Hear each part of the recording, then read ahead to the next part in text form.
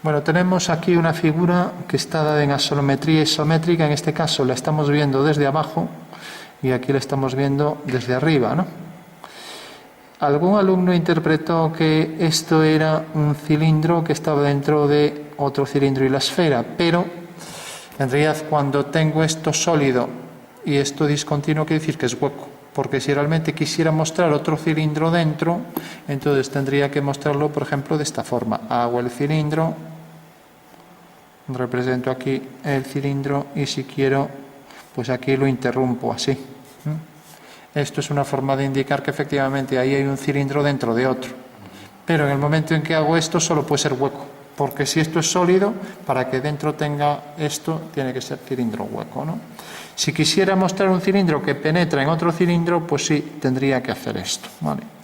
Representar este aunque sea interrumpido, ¿no? Lo que se llama la rotura, y luego representar pues lo demás, ¿no? Exacto. Entonces tenemos esto que va a llegar hasta el centro de la esfera, es un cilindro hueco, y la esfera que tiene ahí enlazado ese cilindro, ¿vale? Entonces representamos esto en planta y alzado y dice con los cortes que sean necesarios para entender la pieza, porque esto al ser discontinuo no lo podemos acotar en profundidad, ¿vale? Entonces dibujamos la proyección en alzado. Aquí tenemos una esfera, marcamos la posición de los ejes y marcamos la posición del cilindro.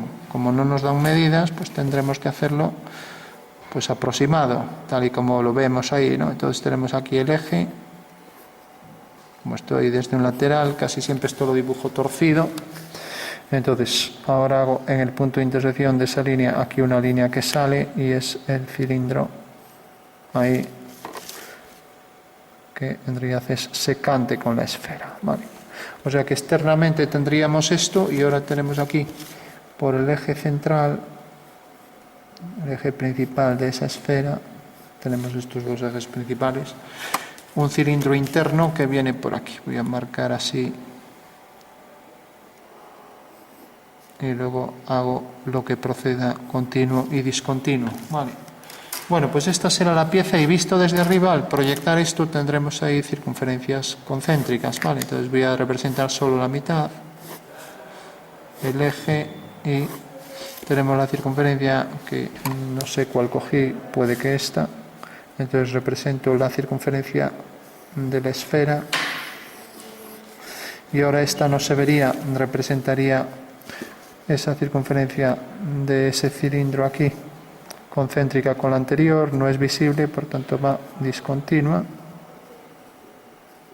Y luego el cilindro interno tampoco se ve desde arriba y también iría discontinua, con el mismo grosor. Parece que es esto.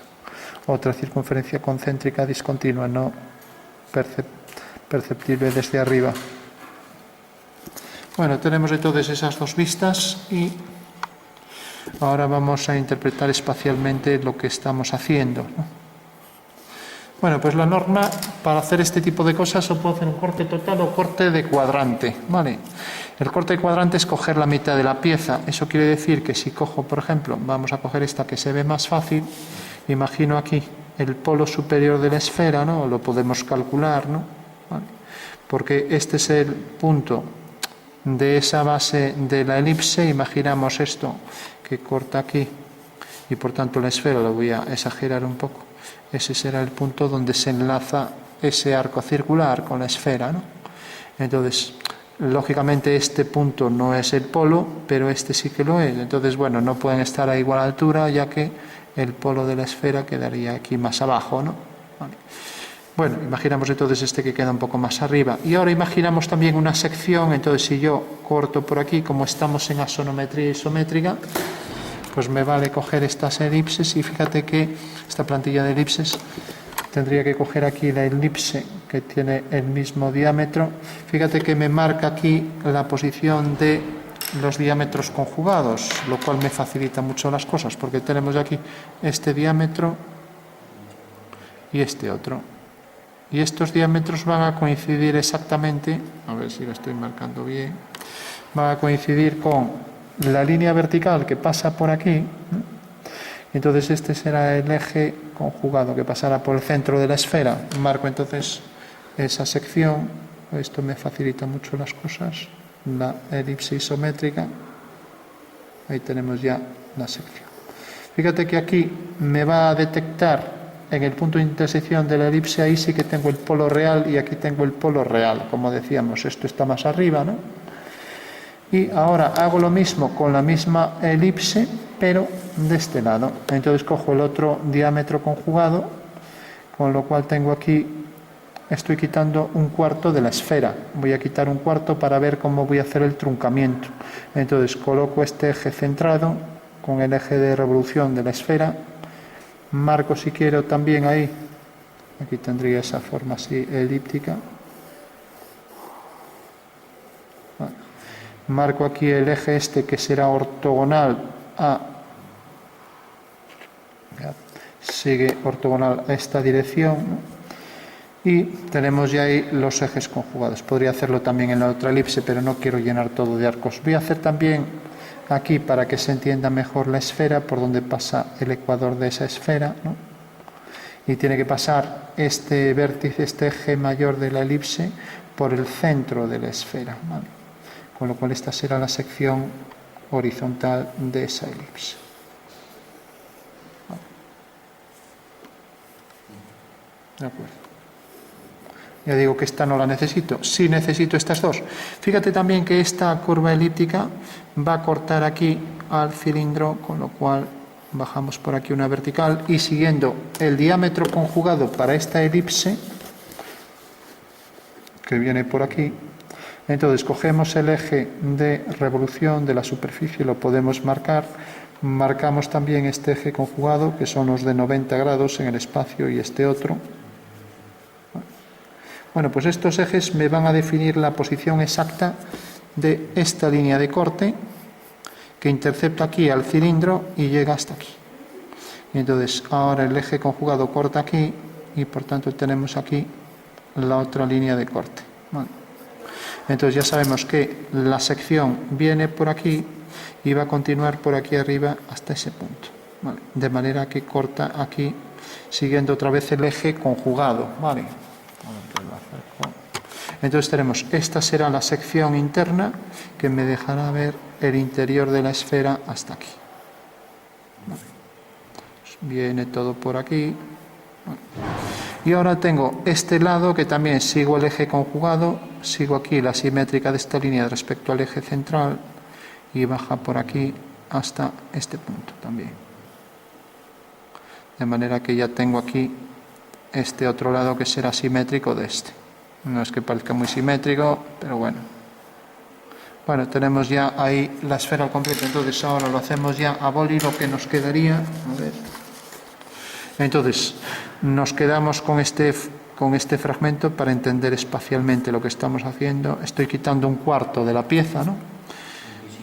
Exacto. Y entonces, una vez que quito ese cuarto, tenemos este cilindro cortado y ahora aquí tenemos el trozo de esa esfera que le he quitado, ese cuarto de la esfera.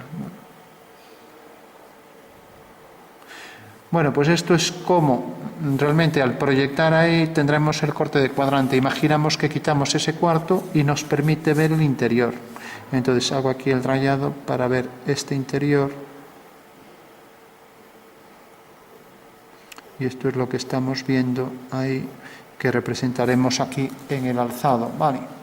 Mientras que este trozo cortado que viene aquí, pues sería el otro trozo simétrico, que viene todo por aquí. También sería, al quitar el cuarto de esa pieza, pues tendremos aquí el truncamiento que deja también esas líneas finas discontinuas. Para entenderlo, ¿vale? Líneas finas equidistantes. Bueno, esto es lo que quedaría de esa esfera. Entonces, al proyectar allí, pues tendremos la parte interna y la parte externa de la pieza, ¿no? Y esto nos dejará ver por detrás este trozo de cilindro, ¿no? Vale, se entiende, ¿no? Bueno, si eso damos aquí un poco de sombra para que se entienda. Entonces tenemos aquí el cilindro. Y lo mismo aquí, tenemos la esfera que llega hasta aquí, y aquí se termina la esfera que llega hasta aquí. Vale. Entonces, ahí dentro el hueco cilíndrico podemos también darle así para que se entienda mejor en profundidad. Entonces damos aquí también un poco de oscuro y aquí hacemos la parte esta de la esfera y lo mismo por aquí. Así tenemos una interpretación espacial de lo que estamos haciendo. ¿Vale? Vamos a ver esto más inteligible, dando ahí el tono. Y aquí lo mismo el cilindro y el cilindro interno ahí que nos deja ver la parte interna de la pieza. ¿Vale? Bueno, pues entonces, si ahora pasamos esto aquí, y ahora es cuando interpretamos esto, en el alzado representamos la mitad de la pieza internamente, entonces le hemos quitado ese cuarto, aquí no se quita el trozo, aquí aparece entera, y tenemos entonces aquí esto continuo, por aquí afuera, y llega hasta aquí. Bueno, entonces viene por aquí y continúa por aquí abajo, ya que eso por detrás existe, ¿no? Y ahora viene por aquí el fragmento de esa esfera. ¿Vale? Y ahora aquí representamos la parte visible de este lado. Entonces, si nos fijamos, la esfera corta aquí y deja ver el cilindro completo. Y a partir de aquí tenemos el fragmento de esfera. ¿Vale? Y esta línea que parece que habría que ponerla, la lógica nos dice que habría que ponerlo, bueno, la norma dice que eso es incorrecto, no, va el eje y ahora marco aquí el rayado a 45 grados con líneas finas, ¿vale? Con lo cual ya tengo aquí representado el corte que se llama de cuadrante, ¿no? Me deja ver aquí el interior de la pieza habiendo quitado ese cuarto que aparece aquí y me deja ver aquí el exterior de la pieza. Marco esto con línea fina y ahora podría acotar. Aquí no hace falta que acote abajo, puedo quitar esta vista ya que me va a interferir en las cotas y no me deja espacio, entonces la quito. Es una superficie de revolución, entonces ya lo voy a indicar aquí. Entonces necesito, por ejemplo, la distancia desde el centro hasta donde empieza el cilindro. Esto se convierte en línea continua, paralela. A 8 milímetros marco esta cota. Si las flechas me dejan poco espacio, puedo poner las flechas por fuera. Y pongo aquí el número que haya, ¿vale?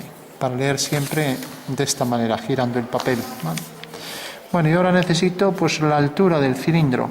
Puedo aprovechar esta misma cota, convierto esto en continuo. Esta misma cota por aquí. Y ya tengo entonces la altura, que esto, bueno, le voy a poner 9, no sé cuánto es, ¿vale? Distancia, longitud en altura, longitud hasta el centro. Esta distancia no se acota, sino como pues marcando una línea, una flecha hacia el centro y marcando aquí. Como es mayor de 180, va como diámetro, ¿vale? Diámetro, pues el que tenga. Si esto es 7, parece que es sobre 16, ¿no?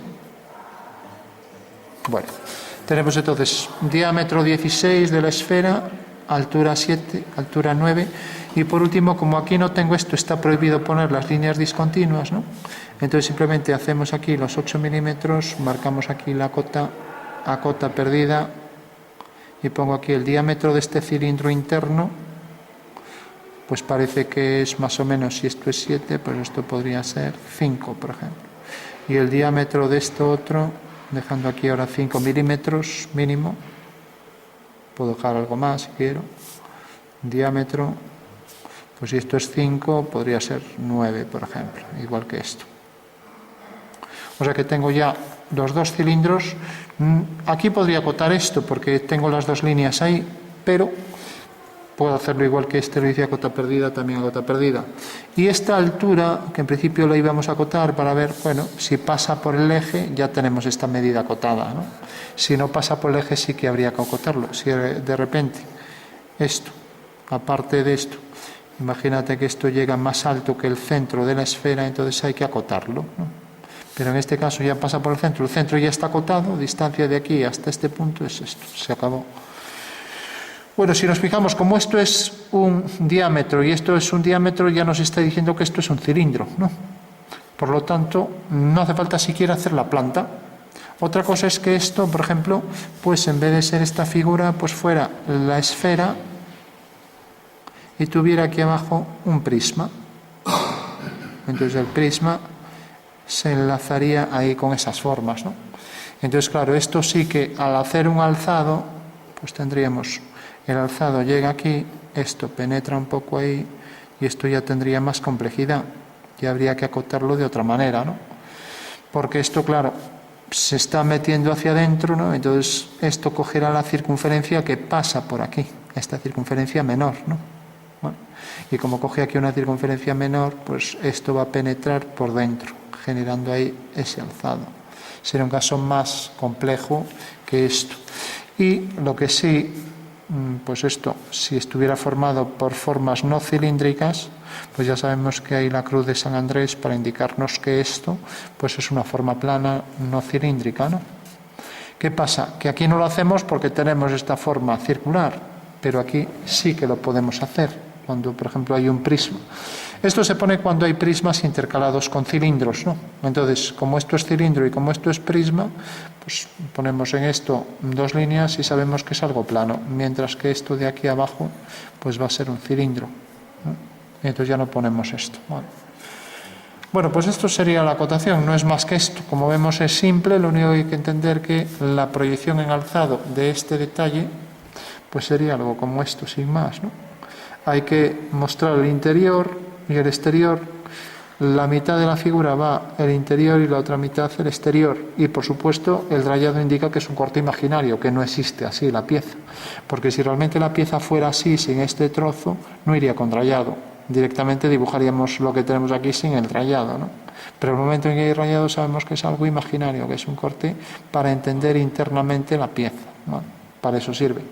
Y luego, muy importante, recordar que cuando ponemos una figura cortada no se pueden poner las discontinuas. Para eso mostramos el corte, ¿no? Vale.